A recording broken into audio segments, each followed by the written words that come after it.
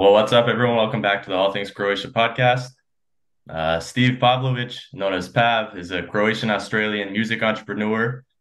From booking some of the biggest bands in the '90s to starting his own record label, putting on festivals in Croatia.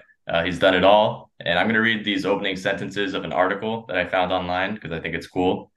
For a fair bit of the 1990s, Steve Pavlovic was the coolest guy in Australia. Pav had the home phone numbers of everyone on the cutting edge, from Kurt Cobain and Dave Grohl to the Beastie Boys and Thurston Moore of the Sonic Youth. I just thought that'd be a super cool introduction. But Pav, thanks for coming on the podcast. Well, thank you for having me, Stunk. I would have said that's so flowery. It might as well have been written in Croatian. Oh, I wish I could speak Croatian as well as my English wasn't that great reading that intro either. But yeah, definitely a cool intro. I'm really excited to, learn a little bit more about you. But first, you're on Vis. We spoke a little off camera and, I've been messaging you. I know you're on Vis. Can you, keeping that in mind, talk a little about your Croatian heritage? Sure. So my father immigrated to Australia after the Second World War, maybe sort of early 50s or something. And he met my mother, an Australian woman, and they fell in love. And he bred strongly, had 6 children, and had to work like 3 jobs to sort of take care and pay for everything. So we spent a lot of time growing up with my mother, so we never really learned to speak. So I didn't really feel any connection to my Croatian heritage until much later when I started dating a Croatian girl. She was from Zagreb and she was living in Australia. And I'm like, oh, I'm Croatian. And she's like, bullshit, you are. You can't even speak. So I'm like, okay, I feel a bit weird about this. So I'm like, well, I want to know more about where my father was from and, my background. So I'd sold a business at the time and things were going pretty good. So I took my father and my mother and the girlfriend at the time, Tanya, to Zagreb. But along the way, my brother heard I was going. He's like, well, I really want to go. I said, okay, I'll bring you and your wife. And then my sister found out, oh, you're taking those guys as well. So in the end, I ended up taking a whole bunch of us. And we went and saw where my father was from, traveled around, saw where he grew up, school and stuff, met some of our relations. And then after that, Tanya and I took a holiday along the island. So we went to, I think, like Korčula, Brač, Hvar, and Vis. And then when I was there, I was like, man, we're pretty serious about things. If we're going to have a family, I would like our children to be more connected to their heritage than I was. And we've been drinking way too much wine.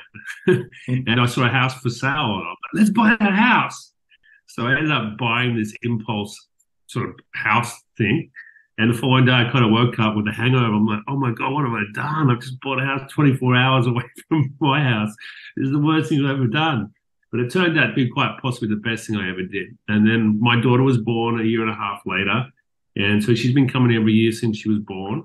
So she understands well, she speaks well, she's not so confident.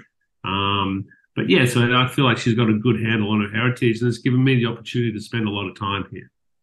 Wow, that's crazy. Crazy how life sort of gives you twists and turns and then, you sort of end back up where it all started, at least for your father. Had your father been back at all before you took the whole family over, or was that his first time back? Yeah. No, he'd been back once before, maybe twice, I think once really. And, at that time I was just a sort of young rebellious child that just loved my music and stuff. And I wasn't really interested in too much about culture. I was pretty obsessive about music growing up. So I just didn't pay a lot of mind. It wasn't, like I said, until too many years later I met this woman, Tanya, and, bada bing, bada boom. And there we are. And here I am and, really deeply loving being here. Yeah, that's awesome. That's awesome. Well, you mentioned music, and of course, I want to ask you about that. Where did you sort of get your start, musically speaking? Well, it wouldn't have been from my family. They listened to terrible music and growing up around it. But I remember when I was about 11 years old, I had a couple of friends, Matt and Chris Eddy, and they had older brothers and sisters that had a lot of vinyl albums. And I would go to their house and their house was so Australian, it's like, beer, like Russia's beer and like pipe tobacco and the sounds and the smells, meat pies and all this stuff. It was really Aussie house. And they had all like David Bowie and, Lou Reed and all these kind of guys and Iggy Pop. So I started from the Beatles, particularly the Beatles. When I first started listening and going, wow, what is this, So I discovered all that kind of music at their house. And my house was more like, as much as the rest of my family was pretty white, my father being Croatian, we had Chavapi, Wally Popovic, Tony Smolcic, all those guys around our house, and drinking homemade rakia and stuff. So for me, it was an interesting dynamic between my family and sort of their family. And the thing that I really took from their family was the music side. So we discovered a lot of stuff through them. And then just got really passionate about it. I started just collecting records and buying albums. So I would do some work for my father after school and on weekends. And then every bit of money I made, I would just go buy vinyl albums, And so that was pretty obsessed from about 12 years old. And so I'll give you a long-winded version of this. After that, I just was around as much as I can. I'd go see as many live bands as I could. And then one day I was finished school. I must have been 18, 19 or something. And a friend of mine was in a band and I was moving to Sydney. And I was doing a pretty boring, straight down job. And I was like, what am I doing with my life? I've been seeing this girl, Rosalind Dixon, for 2 years. I'm going to be married to breeding with her in the suburbs in no time.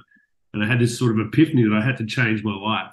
So I just hitched a ride with these guys to Sydney. And by the time we got to Sydney, they said, you used to organize things and manage things at the YMCA. Why don't you, manage our band? So by the time we got to Sydney, which is a 4-hour drive, I was their manager. And then I didn't know anything I was doing. I just called people up. And then eventually I started getting more and more shows and I met more and more people in the industry. And then a good friend of mine was in this local record store I shop at all the time. And he was like, this band Mudhoney want to come to Australia. You should do it. I'm like, yeah, I'll do it. So he just gave me their number and I would speak to them. And we organized a pretty sort of rudimental, sort of bare bones tour. And I was pretty naive. I just asked anyone I could for help and what I should do. And they came out and we had a really great time. And they were like, you should tour our friends Nirvana. I'm like, I love Nirvana. At this point, the Bleach album had only been released. And I'm like, I love Nirvana. So he said, well, here's Kurt and Krist's number. So I just call them up. Hey, this is Pav from Down Under. I want to bring you to Australia. And they'd be like, oh, we're making an album. Yeah, give us a few more months. This went on for about a year and a half. And until eventually they said, oh, we've got a manager, this guy now, John Silver. And I'd known John, I'd met him previously. And he was like, yeah, dude, we'll stick with you. We'll show with you. Record's coming out in 2 months. And so then Nevermind came out and was like the biggest record ever. And 6 months later, I had them in Australia, So it's not a bad start. Yeah, not at all. That's awesome. That's crazy. So you're calling up, with Mudhoney, I guess, was your sort of first big break. You're calling up venues and saying, hey, I've got Mudhoney, I'm trying to book them on a tour. Like, will you take them? How does that process work? How do you even book a whole tour for a band, Okay. Yeah. So the first thing is you just got to work out a budget. So I got 4 guys coming down here. Here's the air flights. Here's the accommodation. Here's the sound production, marketing we're going to spend. I would book a venue and I promoted the shows myself. So I would rent a venue. Maybe it was one sort of a Greek theatre or something in Melbourne. It holds 1,000 people. And I feel like there's enough buzz around that maybe we can fill that. And so then you book the venue, you bring your sound lights in and, put the show on and you hope that it all sort of pans out and you sell enough tickets so it works, And I was very fortunate. The things just kind of worked. All the first few things I did, And I was lucky that I knew other people over the journey who would help me with stuff. So one of the first tours I did with this woman, Kate Stewart, she worked for another promoter. So I was like, Kate, how do I do a budget? How do I get a visa for a band? I can't even get in the country. She would help me do it. I literally didn't even have a computer at the time. So she would just type all these budgets out and letters for me and I'd send a fax back then we were faxing each other, So it was all pretty raw, And I'll tell you another funny part of the story with Nirvana. I'd met this woman. I'd been to New York a few years earlier, and her name Alexa. And I met her in a bar watching bands at something, new music seminar at the time. And then she was like, oh, I've always wanted to go to Australia. I'm like, oh, yeah, well, I've got a spare room in my house. And when that kind of falls out of your mouth, you don't really expect that someone show up 2 weeks later and then stay for 6 months.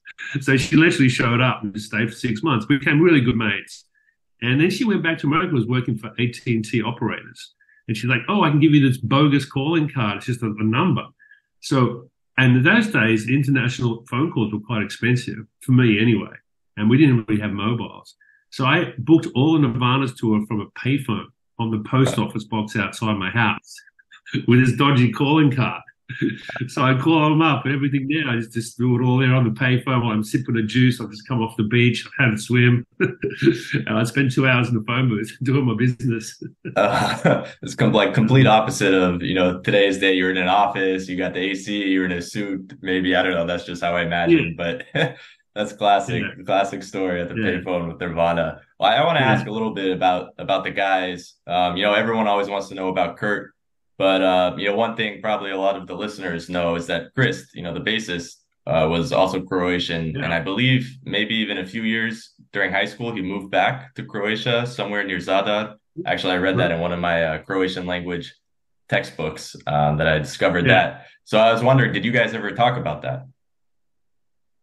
Yeah, no. One thing we connected on, like he would swear at me in Croatian, often during the tour. And I think that's a good. That was maybe one of the first connectivity points I had with Chris was because of our background, And he'd obviously grown and spent a lot more time in Croatia, right? And I hadn't, but I kind of knew a little bit of what's going on. So we were kind of bonded about that. And we had he's a wonderful man. I really, really like Chris a lot. Very smart, very caring, and I don't know, generous with his time. And so it was, I'd spent a lot of time hanging out with him and his wife at the time, because when they go on tour, and spend a couple of weeks with people. You drive around the country, you're in a van together. Like, I took them camping in between shows, and they're like, wow, we're on a beach because they want to see some kangaroos. So I took them to this little coastal town on you, and there's a grass headland down there, and you can camp, and there's some cabins and stuff, and they all spent the night down there, and we cooked sandwiches by the fire and shit. And then, then they saw the kangaroos, and Chris was like flicking them with the towels and stuff. It was pretty funny. Everyone was like Uh, scared. He'd march straight over the Balkan walls with a towel, like, boom, get out of here, kangaroos. I've never been to Australia. That's still so crazy to me that, like, first of all, that kangaroos exist, but that you guys are just so like whatever around them, like, oh yeah, it's a kangaroo. Let's go flick it with the Yeah, towel. I mean, that's nuts to me. it, it's strange because like when you see something enough and you grow up with it, it does seem like no big deal. But literally, pretty much all the bands I ever worked with like wanted to see kangaroos so bad, and they're like, wow, we were like, really? Drive them Yeah. on? Yeah, that's awesome. That's awesome. Yeah, Chris, I'd like to get him on the podcast as well. I hear he's a little bit off the grid these days, I guess up in Yeah. Washington, just kind of, chilling there. Are you still in contact with, Dave Grohl? Yeah, I mean, I just had an exhibition. I haven't really been in the music biz for the last several years, right? So after I did all those tours with those bands, I did, like Beastie Boys and Pearl Jam and Offspring and all kinds of stuff like that. And then with the record label, that was really fun for me to do for another 10 years. And I kind of got tired of that. And so I recently did an exhibition at a museum in Sydney. The exhibition was called Unpopular. And as part of that process, I interviewed not most of the people, a lot of the people I'd worked with. So we had some oral history stuff that was throughout the exhibition. So I interviewed Dave like about a year ago, which turned really great. And had a great chat with the Beasties and Fugazi and guys from Sonic Youth. And it's been really fun to do. And then there's a book that accompanies this exhibition as well. So that's almost completed. So there's a lot of images then from all the tours I've did. We filmed a lot of things back then as well. So there's like really cool images and stuff that people wouldn't have seen before. And even just the communication, I've got all these postcards from everybody. And no one had mobile phones. You would just write postcards to everyone. Hey, I'll see you in Tokyo. Here I am with Sonic Youth and yada, yada, yada. And some of those letters and postcards are pretty cool to read, So the book's sort of compiled all that stuff. But I'll share these interviews with you if you're interested in listening to them. Just let me know. We'll figure it out afterwards. Yeah, that'd be great. Where's this exhibition located? It was in Sydney, an exhibition, sort of museum called Powerhouse. So yeah, it's just finished now. It was up for the last 8 months, and it closed out. And I came on holidays to Greece. That's awesome. And you said you're I'm working gonna on a finish. book as well. Yeah, I'm just going to finish the last bit of the book, and I've got to say, I sort of hope to have finished it by now. But every day I seem to get distracted around here. I got a bunch of friends, and Vis is a beautiful island, and there's a lot of great beaches and carnivores and places to eat and drink. And all my friends have vineyards and bars here and restaurants. It's kind of hard to get a lot done. Yeah, I'm sure. Yeah, and the weather's been so nice too lately. When you see weather like that and you see the, sea, I mean, you can't Yeah, help but go outside and, go swimming a little, go sit at the coffee, yeah, drink a little coffee or beer. Yeah, man, that's awesome. exactly. And you're like, oh, that's right. I'm supposed to be sitting inside writing and finishing up this last part of the book. I'm like, oh, okay, I'll get back to that. Yeah. It's almost finished. So once I deliver my last part of it, the design's been done, images have been selected, we've cleared all these things. I've written out over 30,000 words. I'm just tweaking it a bit. So, yeah, hopefully people will enjoy it. But there's some good stuff in there. That's awesome. Do you have maybe like a website or a link, a social media or something that you can share now that people who are, waiting for that book to come out can sort of follow it or hear Yeah, news? there, there's a Instagram account called this_is_unpopular. And there's a bunch of images there from the book and stuff. You get a taste of what was happening at the exhibition. And there's some Polaroids I've taken, like Kurt and Chris and everyone when we were hanging out. And pretty much all the different bands, there's bits and bobs of, so it gives you a bit of a taste. Okay, that's awesome. I'll include that link down below in the episode description so if people listening can click on that and follow. You mentioned earlier, you started a record label. Can you talk just a little bit about that? How did that start? What are some of those bands that you signed on that label? I realized, like, when I was doing the tours in Australia, we'd often have to put on an opener. So I would choose the Australian openers, had to play with the international artists. And I noticed that a lot of people I chose would then go on to become quite successful. So I thought I had a bit of an ear for it.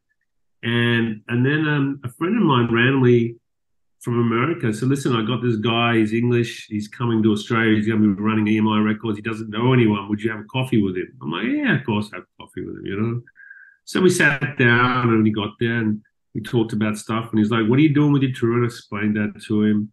And he was like, well, man, it sounds like you should do a label. You ever thought about doing a label? I'm like, oh, man, I'd love to do a label.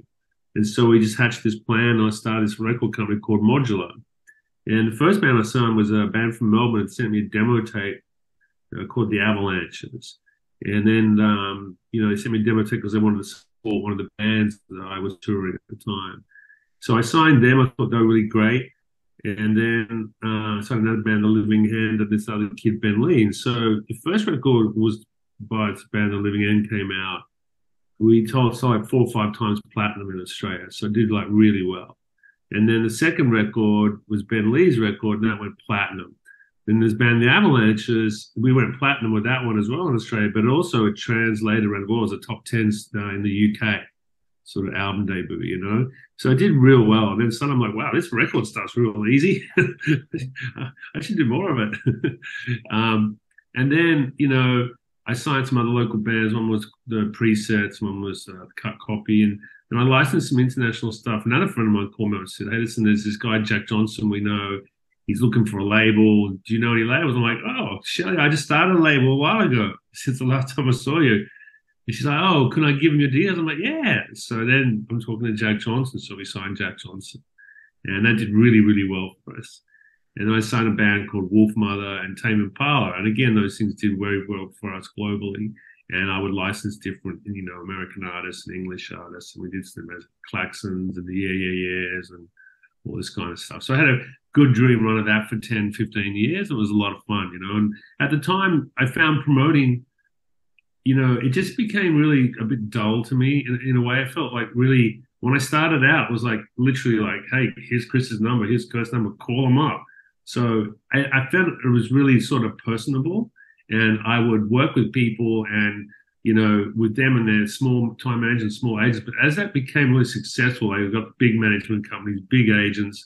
And after a while, I felt like I was working in a public service. They were just like, here, play this venue, use this artwork, do this, do that. And if it all sells out, then you'll make a little bit at the end. I'm like, man, I felt like I was stamping like in the public service. So I found it so boring. I'm like, and then an opportunity to do the record label stuff, to find a band from really early stages, be involved in all the creative stuff in terms of like the album cover design, even making music videos, taking photos.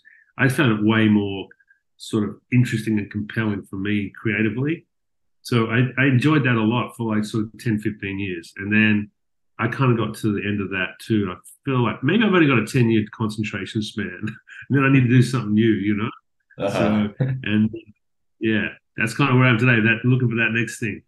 Yeah. Well, I mean, you have a great record, of course, with the label. You also put on a lot of festivals, and I want to ask, first about that, putting on festivals, but you also put one on in Croatia. Yeah, that was an adventure in time, man. I decided I was coming to Visa every year, and it's a long way from Australia. It's like 24 hours almost, flying time. And then, I get here and I'd spend 4 to 6 weeks and then feel this like push to go back to the office and everything in Australia. And I'm like, what if I created some business opportunity in Croatia so that it's justifiable I spend 3 months here? So I'm like, I'll do a music festival. So I reached out to some of my Croatian friends I've met over the years, and some of them are involved in sort of creative industries, and they sort of helped push me and introduce me to different people. So we ended up doing something on Hvar, where we had a day party.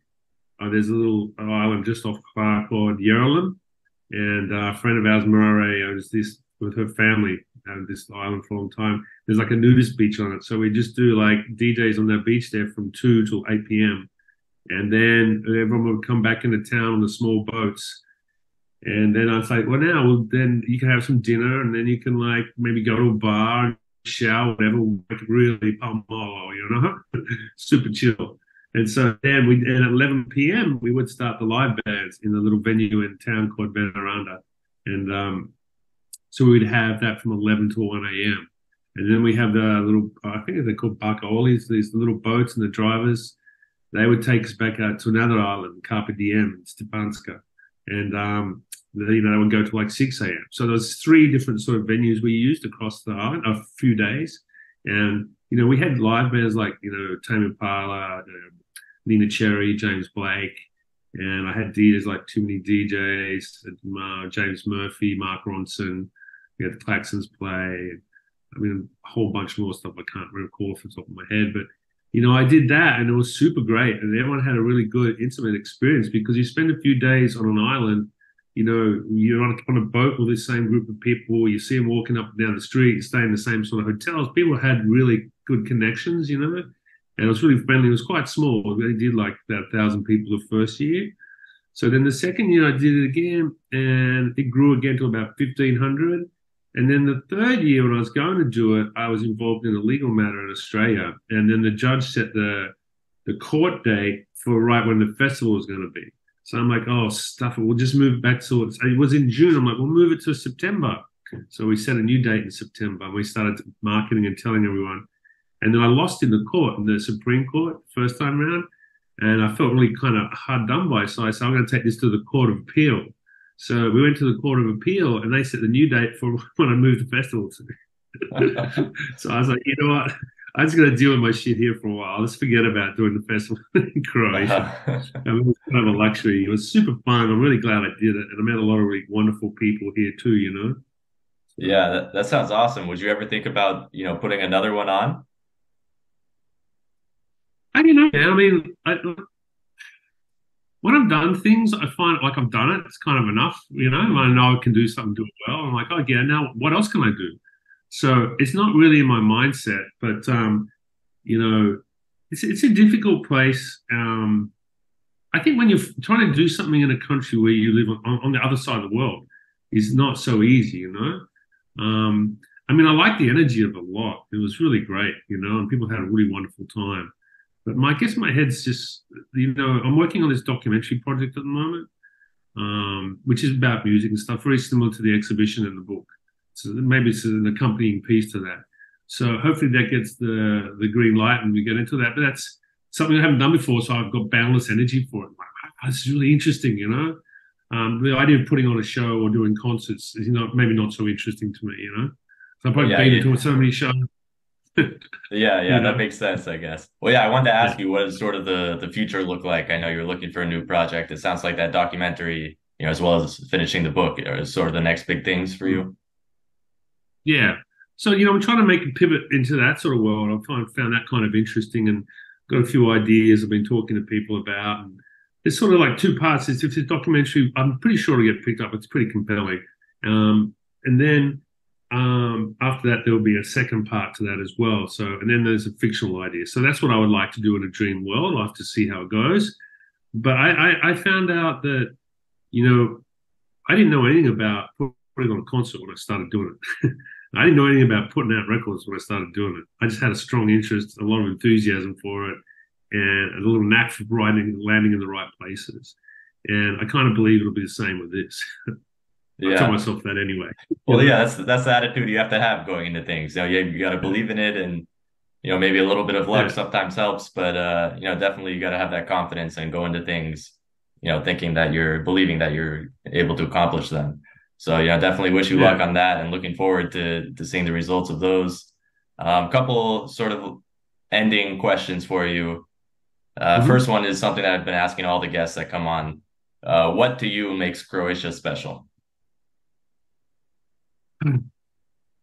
I think there's a sense of honesty in people here, and there's a real like charm, you know. And much as there's a lot of pirates and they'll rob you blind if you're tourists, but they do it with a smile and a charminess and a warmness. It's so good, you know. So there's this warmth about the people I really, really like. And then just the island life is, man, the water here is so clean and blue, and the food, you know, I'm a big fan, you know. I can see myself living here. I just have to work on my speech. Not ne priča Hrvatski. Well, yeah, even on the islands, I know the dialect is a lot different than sort of what I've been, learning up in Zagreb. So yeah, definitely you got to sort of stay there for a long period of time and get used to hearing it and speaking it yourself. And it comes slowly, at least for me. Next question, which is pretty Oh, much. Sorry, go ahead. respect to you, man. Because when you approached me, I didn't know much about your podcast or anything, so I had to look around and I saw you interviewed on another one where you talked about your journey and to come to Zagreb and to study it. I'm like, that's a lot of respect, man. It's hard to go to another country and learn a language from the ground up, even if it's in your DNA. You know, I've been around people speaking most of my life growing up. My father's friends were all Croat. But still, my head doesn't work like that. It's so hard to process. So, when someone can do it, I'm like, respect, so kudos to you. Yeah, I appreciate that. It's definitely not easy. I still struggle a lot, and it's not something that's, natural to me yet. I still have to really think when I'm speaking and think, when I'm listening to try and understand. But definitely, I've come a long way, and it's definitely been worth it to come over here and do this program. And now, I've sort of decided to stay. So yeah, I'm really enjoying Mm. it. Sort of related to life on the island, I guess. What's your favorite thing to eat while you're here? Yeah, they have one restaurant here called Stončica, and the guy there on the grill, he's grilled lamb and baby goat or sardines, anchovy, anything on the grill there, and that place is top shelf. It's so freaking good. And they make everything they pretty much grow in the backyard, comes from the backyard straight onto the plate. So, these wild sort of garlic mashed potatoes. It's pretty basic, but it's all super good. Yeah. Then another restaurant here is Payota. They do really great sort of fish on the grill and stuff. And my neighbor, Marin, he's a grill master here in the Bronx. So I always go there and say to him, it's like 100 degrees in this little box in the back of the restaurant where he's grilling all the fish and the lobsters and everything. That's beautiful. And Mm. then there's another little bar right below me as well. It's called Lambek, and they do pizza. And my friend Tomo, he owns that, Tommy's Lab. And then, it's really hard to get past there at night. And I got to go past that place to go anywhere. So there's everyone sitting at the bar having a drink. So I walk past, like, hey, sit down, have a drink with us. So I find the night's quite distracting. But pizza there, Stončića for the best grill, and then the seafood with Piotr. Yeah. Yeah, with all these restaurants around you, it's a wonder you can get, anything done over there. I'm not getting anything done, brother. That's my problem. I believe it, man. I believe it. Not the worst problem to have, though, definitely. Uh, Yeah, just I've got a publisher back in Australia that's like kind of busted my chops a bit. So when are we going to get this book? We need to put it out. I'm like, oh yeah, it's coming, it's coming. That's classic. Last question here, and this is only just because recently I've been interviewing a lot of fighters, UFC and ex-UFC fighters. Mhm. And you're in the music business. You were in the music business in the 90s with the grunge scene. A lot of that music is sort of, angry music, or at least, some of that is. And so I was wondering if you had to have a walkout song for like a fight, what would it be? Oh, jeez. I mean, I've always found these questions tough because, well, I was going to say, "Touch Me, I'm Sick" by Mm. Mudhoney. Yeah, that's a When they classic. flipped that lyric, they flipped the lyric. There was to "Fuck me, I'm rich." Let's go with that. But yeah, man, I find it very difficult. A lot of people ask, if you could only do a few songs, or what's your favorite song, or what's your deadline playlist. And I'm like, I love all kinds of music. I love so much different stuff at different times for different reasons, different moods. So it's really hard to ever pick one thing out of it. And also being a little OCD, I change what I like a lot too. So I might like something today, and then 2 weeks later, I'm like, I can never hear that song again. Yeah, I'm the same way. If I hear a song, if I listen to it too many times, it gets old and I gotta find something new to listen Yeah. to. Well, I'll think about that, my man. I'll flip you a couple of options of what would be my walkout songs. yeah, yeah. Let me know in case it ever comes that you got to Yeah. need a walkout song for some reason that we If have I that got to there in the throw record. down with someone, I got to throw Yeah, down with some people. I got a song ready. they're trying to close the grill early or something on you. We'll get the walkout song going. Yeah, I'll let everyone know if you hear this song, there's trouble coming. Yeah, exactly. Pav, it's been a pleasure, man, having you on the podcast. Really, really cool speaking with you and hearing about your Right. career and, definitely looking forward to big things to come from you. Sweet, man. I appreciate you having me on.